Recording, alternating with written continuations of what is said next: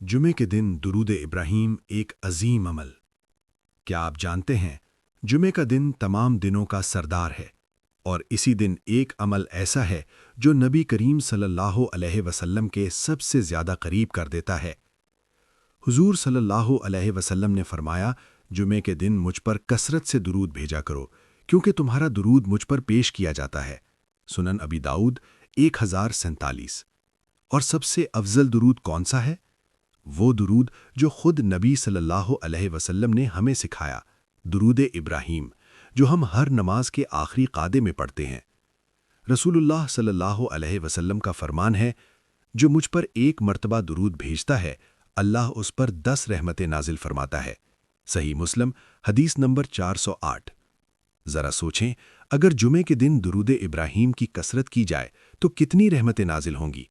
آج ہی نیت کریں، اس جمعے کم از کم 100 مرتبہ درود ابراہیم ضرور پڑھیں۔ شاید یہی درود آپ کی بخشش کا سبب بن جائے۔